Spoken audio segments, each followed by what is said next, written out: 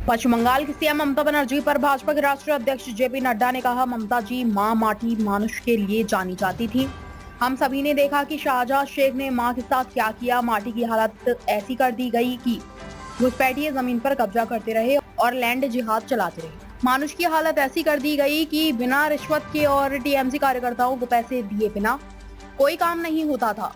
इसलिए वहाँ के लोग तंग आ चुके हैं, वे दुखी हैं, वे टीएमसी से बदला लेने के लिए तैयार हैं। सर, बंगाल में कई चीज़ों की चर्चा हुई क्योंकि हमेशा से ही ममता बनर्जी सबसे मुखर रही हैं। इंडिया अलायंस में भी उन्होंने बहुत अग्रणी भूमिका ली थी। तो बंगाल का जो चुनाव, आपको क्या लगता है समीकरण कहाँ बदल गए हैं इस बार लोकसभा? पिछली बार से इस बार आप कह रहे हैं कि ज़्यादा नंबर आएंगे, तो क्या कारण रहे पिछले 5 सालों में? ध्यान में आ गया कि ममता जी जिन बातों के लिए जानी जाती थी, वो जानी जाती थी माँ माटी मानुष।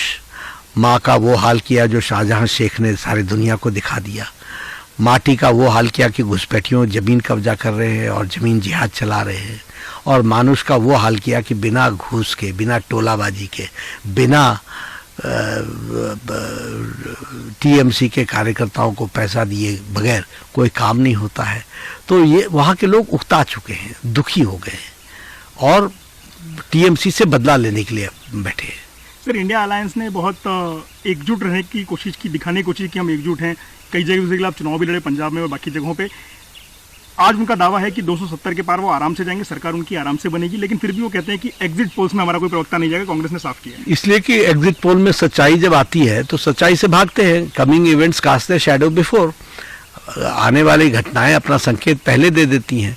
तो वो ठीक है, उनको आखिर एग्जिट पोल में कुछ आ जाता है तो उससे क्या सरकार बनती है? क्या उससे कोई चुनाव के नतीजे असर करते हैं? क्या नहीं करते हैं।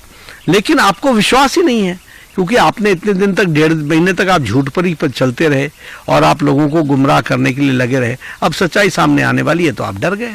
सर, जो एकजुटता का दावा किया जाता है इंडिया अलायंस के, तो पिछले 1 साल से आपका उनको लेके क्या अवलोकन रहा और क्या महसूस करते हैं? जिस तरीके से वो बयानबाजी भी करते रहे, साथ में भी रहे, चुनाव भी साथ में लड़ रहे हैं, कई सीटों पे अलग अलग भी जा रहे हैं, तो आपका सर्वेक्षण, आपका खुद का अनुभव क्या है उनके 1 साल की एकजुटता? ऐसा है, देखिए उनके बारे में आप बड़े स्पष्ट शब्दों में आप देखते हैं कि आज इंडिया अलायंस की बैठक होगी, साथ में नीचे आता है ममता नहीं आएगी, फलाने नहीं आएंगे, ढमकाने नहीं आएंगे। तो ये अनसाइंटिफिक अलायंस है, ये अवसरवादी का अलायंस है, ये ज़्यादा दिन चलने वाला नहीं होता और ये टेम्पररी होता है। ये तो एक जमावड़ा है भ्रष्टाचारियों का, ये जमावड़ा है परिवारवाद की राजनीति को आगे बढ़ाने वालों का। ये इसी तरीके से समाप्त होगा। सर, जैसा कि आप मानते हैं कि अगली सरकार फिर मोदी जी बनाएंगे, तीसरी बार प्रधानमंत्री बनेंगे, तो आप पार्टी के अध्यक्ष होने के नाते आपको क्या लगता है कि सरकार की प्राथमिकताएं आने वाले 5 सालों के लिए क्या होनी चाहिए या क्या हो सकती हैं? ऐसा है, ये तो प्रधानमंत्री जी तय करेंगे। वो हमारे प्रधानमंत्री हैं और ये प्राइम मिनिस्टर का ही प्रेरोगेटिव होता है। लेकिन उन्होंने बहुत सी बातें विजन डॉक्यूमेंट में रखा है, अपने संकल्प पत्र में रखा है, उनको हम आगे बढ़ाएंगे। ट्रेलर अब तक देखा है लोगों ने, पिक्चर बाकी है, ऐसा मोदी जी ने कहा है। तो आने वाले 5 साल अगर सरकार बीजेपी की आती है तो क्या सही में पूरी पिक्चर होगी? निश्चित रूप से पूरी ताकत के साथ वो प्रधानमंत्री जी अब विकसित भारत के संकल्प को पूरा करने के लिए पूरी पिक्चर दिखाएंगे।